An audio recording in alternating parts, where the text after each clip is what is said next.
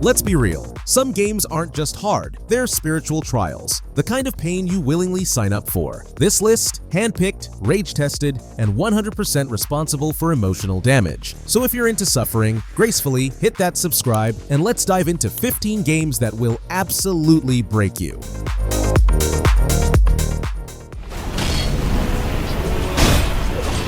Sekiro Shadows Die Twice. You ever fought a boss so hard you started questioning your life choices, and the game's like, yeah, now do it again, but better? That's Sekiro Shadows Die Twice in a nutshell. From Software took a break from Knights and Dragons to throw you into a gorgeous, blood-soaked version of Sengoku-era Japan, where being a shinobi means you get humbled hourly. The world's stunning. Cherry blossoms, moonlit castles, eerie temples, all deceptively peaceful until a flaming bull or giant ape dropkicks your confidence into the dirt. The story follows Wolf, a shinobi on a revenge mission to protect a young lord. Sounds noble, right? Until you realize you're signing up for boss battles that feel like dual choreography from a samurai fever dream, but with QuickTime trauma. No builds, no summons, no cheese. Just your blade, your reflexes, and your ability to not cry after Genichiro Round 3. Play this game if you want to earn every inch of progress, and feel unreasonably proud when you finally parry that one perfect strike. Sekiro doesn't just make you better, it makes you.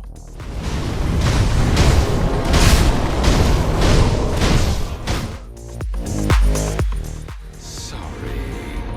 This spirit's part of my collection now.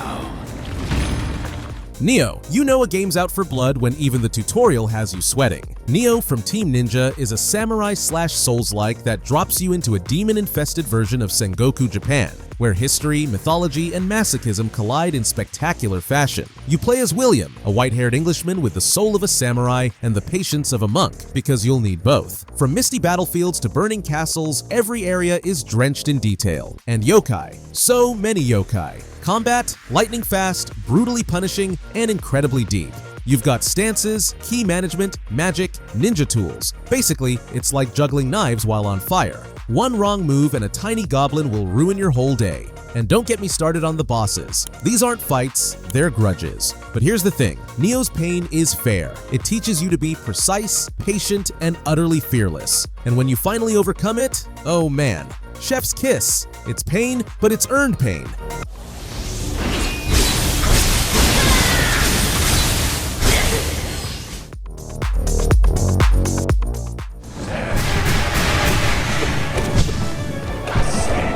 Hollow Knight. At first glance, Hollow Knight feels like the cozy kind of game you'd play with a warm drink and a blanket. Then it kicks you into a pit, whispers "figure it out," and watches as you spiral into beautifully animated despair. Developed by Team Cherry, this hand-drawn atmospheric Metroidvania takes place in the forgotten kingdom of Hallownest, a hauntingly quiet underground world where every tunnel hides a secret, or something that wants you dead. You're a nameless bug warrior with a tiny sword and no map. Literally, you have to find the map guy and buy one. That's how indie this pain is. Combat is deceptively simple. Slash, jump, dodge, until it isn't. The boss fights, they demand focus. You're learning patterns, surviving by pixels, and dying. A lot. And when you finally beat that one boss you've been stuck on for days, pure euphoria. Hollow Knight doesn't just challenge your skills, it lures you deeper with mystery and crushes you with elegance. You'll rage, you'll get lost, you'll fall in love, probably all in the same hour.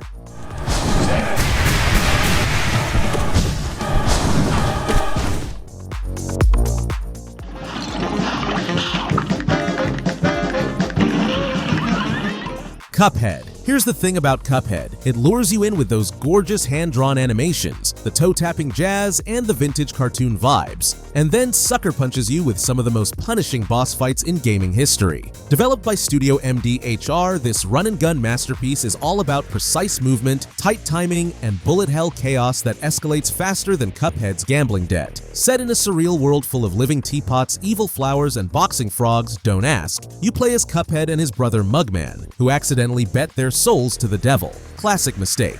What follows is a relentless series of boss fights that test every inch of your patience. No filler, no mercy. Just you, 2 jump buttons, a parry mechanic, and pure animated carnage. It's frustrating. It's exhilarating. It's one of the most stylish ways to lose your mind. And when that boss finally explodes into confetti and you hear that sweet, sweet victory jingle, you'll swear you could fly until the next nightmare starts.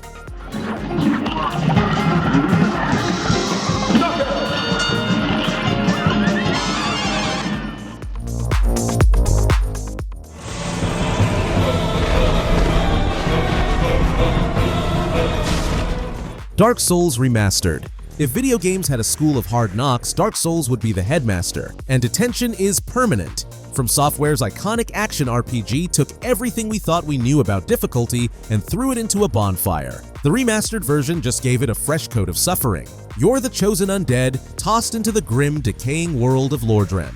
Everything here wants you dead. Knights, dragons, gravity, and even the furniture feels kind of hostile. The game doesn't explain anything. It just drops you in with a sword, a cryptic message, and a vague sense of doom. Combat is methodical, heavy, punishing, and all about timing. Mistakes aren't oopsies. They're full-blown life lessons. And those bosses? They'll humble you. Artorias, Ornstein, and Smo, the bed of chaos, which is unfair in a completely different way. But here's the magic. When you finally succeed, it's not just a win, it's a triumph. You didn't just beat the game, you earned it. Prepare to cry, then praise the sun.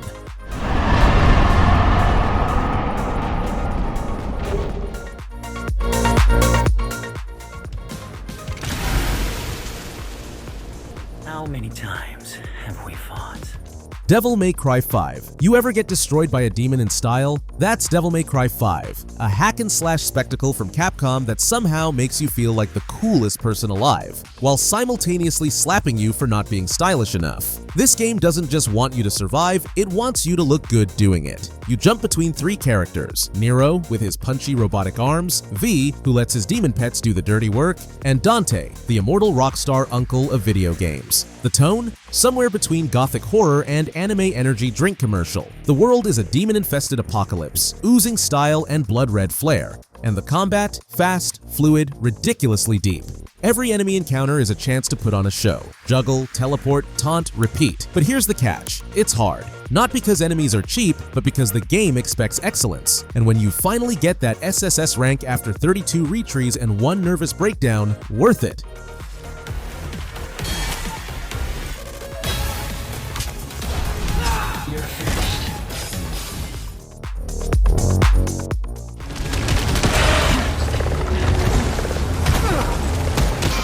Returnal. Imagine crash landing on a hostile alien planet, and every time you die, the world changes. That's Returnal in a nutshell. Housemarque's bullet hell roguelike that hates you in 4K.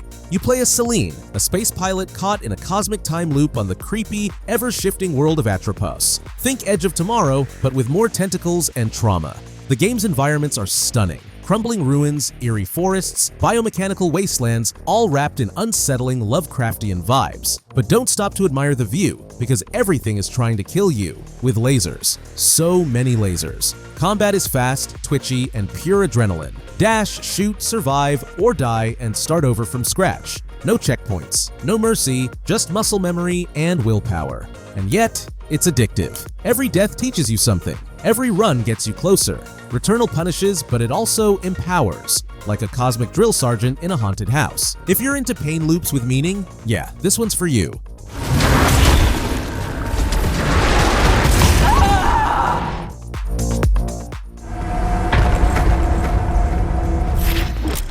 Doom Eternal.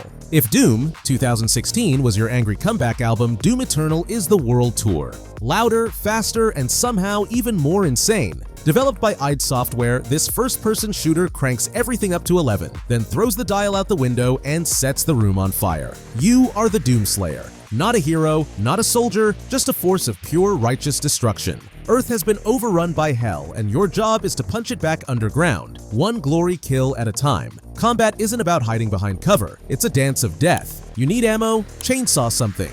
Need health? Rip something in half. Need armor? Light it on fire. This game rewards violence. Fast, calculated, unrelenting violence. And the difficulty? Let's just say Ultra Nightmare isn't a name. It's a threat. Doom Eternal doesn't just challenge your reflexes, it demands your full attention, your aggression, and maybe a spare keyboard or two. Rip, tear, repeat, until it is done.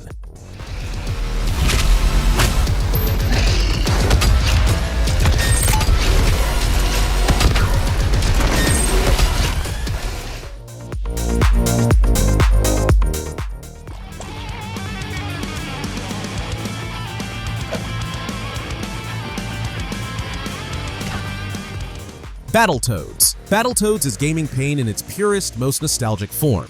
Originally unleashed by Rare back in 1991, this beat-em-up platformer hybrid looked like a funky Saturday morning cartoon, and then sent players straight into Turbo Tunnel hell. You play as Zitz, Rash, and Pimple, 3 mutant toads who punch, kick, and morph into absurd attack forms, giant boots, wrecking balls, you name it, to save their kidnapped pals. Sounds fun, right? Yeah.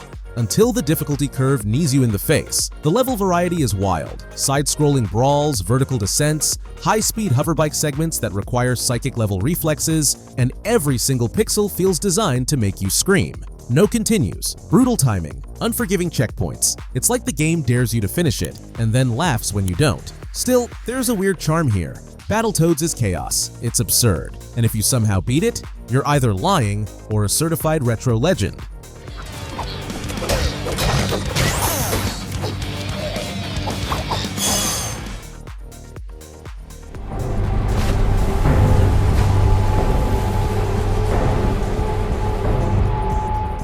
Mortal Shell. Mortal Shell feels like if someone played Dark Souls during a thunderstorm, whispered, "What if this was weirder?" and then built it in a haunted cathedral. Developed by Cold Symmetry, it's a compact, moody Soulslike that trades scale for atmosphere. And pain. Lots of pain.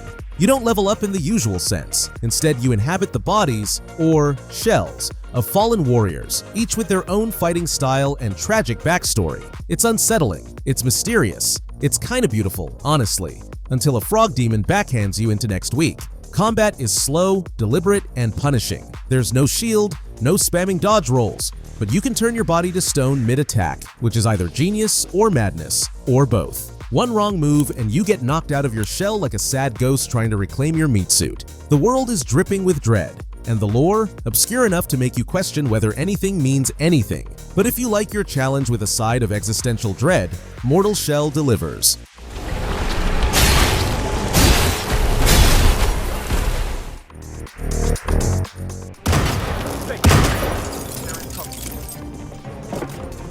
Hitman 2016. Being a bald, barcoded assassin has never been so stylish, or so stupidly difficult in the best possible way.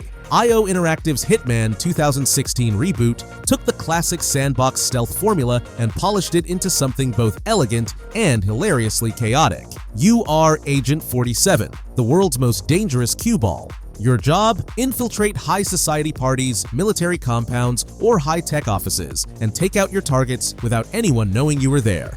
Bonus points if you do it while disguised as a sushi chef. Each level is a clockwork puzzle box. Dozens of ways to eliminate targets, each more creative or absurd than the last. Poison a drink, rig a light fixture, sabotage a jet, or just walk up and throw a wrench at someone's head. It's your masterpiece of murder. But the real challenge? Doing it clean. Silent assassin rating. No alerts, no mistakes. That's when Hitman becomes pure surgical stress. And when you pull it off, you feel like an actual ghost in a Gucci suit. He's on the balcony. There!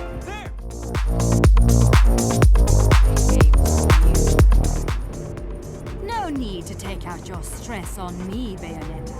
It's clear.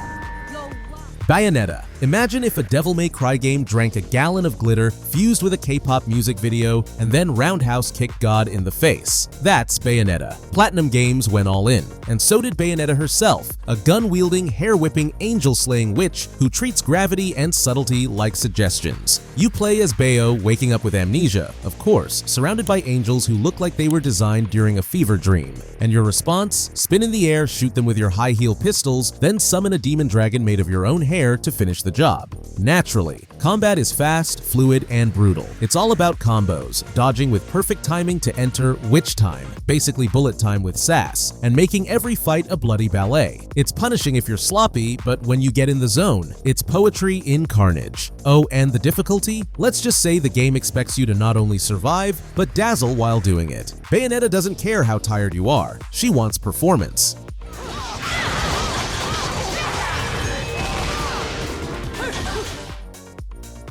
Alright, if you're still here, either you love pain or you forgot how to close tabs. Either way, hit that subscribe. We suffer better together.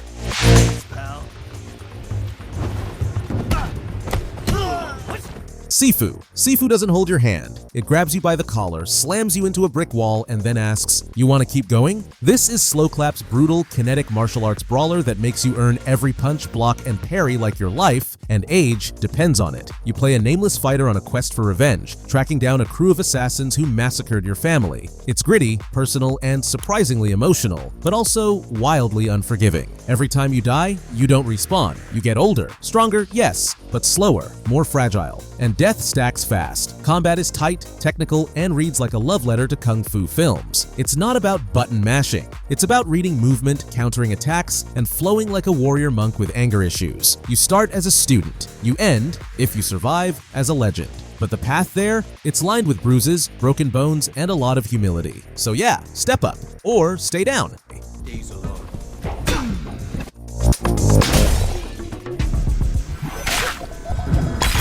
Another crab's treasure. What if Dark Souls took place at the bottom of the ocean and instead of a brooding knight, you played as a crab wearing a bottle cap for armor? That's another crab's treasure. A crustacean Soulslike that turns trash into treasure and makes absurdity feel weirdly profound. Your Krill. A broke hermit crab trying to reclaim your repossessed shell in a polluted underwater world ruled by capitalism, sea monsters, and cursed sushi. Yep, it's hilarious. But don't let the meme energy fool you. This game will destroy you. Combat is classic Souls-like with a twist. Your armor is actual trash. Forks, cans, straws, each with its own moves and abilities. You dodge, block, parry, and get wrecked by angry shrimp samurai and coral-covered bosses with way too many legs. It's colorful, it's clever, it's chaotic, and somehow, beneath all the jokes, it actually plays great. Like, I came for the crab memes, I stayed for the combat, kind of great. And when you finally beat that boss after 12 deaths and 2 existential crises, you'll shout, "Let's fucking go!" in fluent crustacean.